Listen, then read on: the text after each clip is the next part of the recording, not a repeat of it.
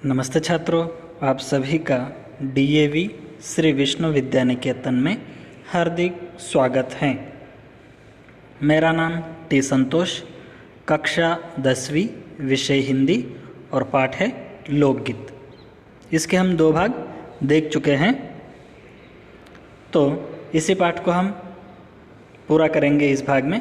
तो आइए शुरुआत करते हैं। इससे पहले हमने देखा है कि लोकगीत विशेषतः जनजाति के लोगों के गीत है। इसको स्त्री पुरुष दोनों गाते हैं और दल में गाते हैं। इसके लिए कोई साधना की आवश्यकता नहीं होती है। तो आइए बढ़ते हैं आगे। एक विशेष बात यह है कि नारियों के गाने साधारणतः अकेले नहीं गाए जाते हैं। जो स्त्रियां लोकगीत गाती हैं ये ज़्यादातर वो दल में गाती है या समूह में गाती है। अधिकतर वो अकेले नहीं गाती हैं, ज़्यादा से ज़्यादा दलों में या समूह में गाती हैं। अनेक कंठ एक साथ फूटते हैं, यद्यपि अधिकतर उनमें मेल नहीं होता, फिर भी त्यौहार और शुभ अवसरों पर वे बहुत ही भले गाते लगते हैं। क्योंकि ये सब गाने वाले लोकगीत गाने वाले लोग या स्त्रियां कहाँ की हैं? गाँव की हैं। उन्होंने कहीं पे उसकी कोई शुरुआत नहीं की है, ना उन्होंने कहीं उसको सीखा है, कुछ भी नहीं। जिसको अच्छा लगता है, जिसको लगता है कि मैं गा सकती हूँ, वो आके उस समूह में शामिल होकर गाने लग जाती है। इनमें ज़्यादातर गाने वालों का तालमेल भी नहीं होता है, लेकिन फिर भी वो लोग गाते हैं क्योंकि उनमें भावनाएं होती है और आनंद होता है, या आनंद के साथ में वो लोग गाते हैं। उनमें मेल नहीं होता, फिर भी वो लोग क्या है, त्यौहार है या कोई शुभ अवसर है, उस पर वो लोग अपने पूरे दिल से और भावनाओं से गाते हुए हमें नज़र आते हैं। गाँव और नगरों में गायिकाएं भी होती है जो विवाह, जन्म आदि के अवसरों पर गाने के लिए बुला ली जाती हैं।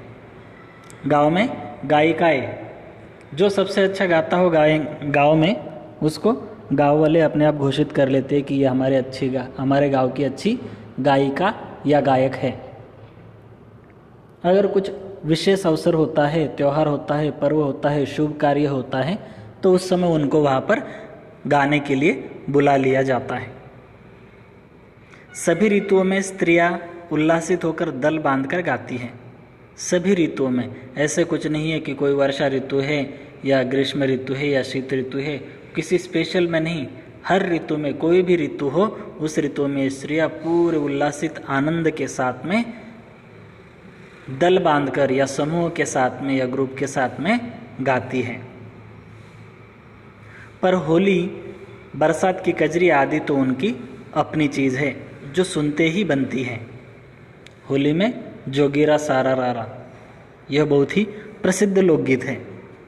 तो ऐसे ही होली पे क्या है, होली या बरसात की कजरी आदि में ये उनकी विशेष है, ये लोकगीत गाने के लिए विशेष है। इस समय पर वो बड़ी ही विशेषता के साथ में लोकगीत गाते हैं और जो सुनने वालों के मन भा लेते हैं। पूरब की बोलियों में अधिकतर मैथिल, कोकिल, विद्यापति के गीत गाए जाते हैं। पूरब की बोलियों में मैथिली भाषा या जैसे भोजपुरी है या ब्रिजभाषी है, इन सब में क्या है, विद्यापति के गीत अधिकतर गाए जाते हैं। पर सारे देश के कश्मीर से कन्याकुमारी तक और काठियावाड़, गुजरात, राजस्थान से उड़ीसा, आंध्र तक अपने अपने विद्यापति हैं। जो अपने अपने गाने, कुछ लोगों के गाने अत्यंत विख्यात या प्रसिद्ध हो जाते हैं, लोकगीत। तो हर भाषाओं में क्या है, अपनी अपनी अलग बोली भाषा, और हर बोली भाषाओं में अपने अपने विद्यापति या गाने लिखने वाले या गाने वाले भी हैं, और वो अपने अपने भाषाओं में ये सब गीत लिखते भी है और गाते भी है, चाहे वो कश्मीर का हो या कन्याकुमारी का हो, कहीं का भी, भारत भर कहीं पर भी। स्त्रियां ढोलक की मदद से गाती हैं। स्त्रियां जो होती हैं अधिकतर ढोलक की मदद से गाती है। उनके पास में कोई इतना संगीत साहित्य नहीं होता है, लेकिन ढोलक की सहायता से स्त्रियां लोकगीत गाती है। अधिकतर उनके गाने के साथ नाच का भी पुट होता है। जिस प्रकार श्रेयाएँ गाती है उसी प्रकार थोड़ा सा वो नृत्य भी करती है, बजाती भी है और गाती भी है। गुजरात का एक प्रकार का दलीय गायन गरबा है, जिसे विशेष विधि से घेरे में घूम घूम कर औरतें गाती हैं। गुजरात का प्रसिद्ध गरबा, इसमें स्त्रियों का दल एक जगह पर ऐसे घूम घूम कर सर्कल शेप में घूमती है या ऐसे राउंड लगाती है और घूम घूम कर यह स्त्रियाँ अपने गीत गाती हैं, उसको गरबा कहते हैं। साथ ही लड़कियां भी बजाती जाती हैं, जो बाजे का काम करती हैं। और लड़कियां क्या हैं, स्त्रियाँ गाती है, घूमती है, गरबा खेलती है, और जो लड़कियां हैं वो बजाती है, जैसे ढोलक बजाना है या करताल है, तो ये सब लड़कियां बजाने का काम करती हैं। इसमें नाच गान साथ साथ चलते हैं। ये जो गरबा होता है इसमें नाचना और गाना वही लोग गाते हैं और वही लोग नाचते हैं। लेकिन हम लोग जैसे फिल्मों में देखते हैं सिंगर अलग है, एक्टर अलग है, इसमें वही नहीं, वही सिंगर है और वही एक्टर है और वही डांसर है। वस्तुतः यह नाच ही है, सभी प्रांतों में यह लोकप्रिय हो चला है और गरबा जो है सभी भारत भर में सभी राज्यों में विख्यात या प्रसिद्ध हो रहा है।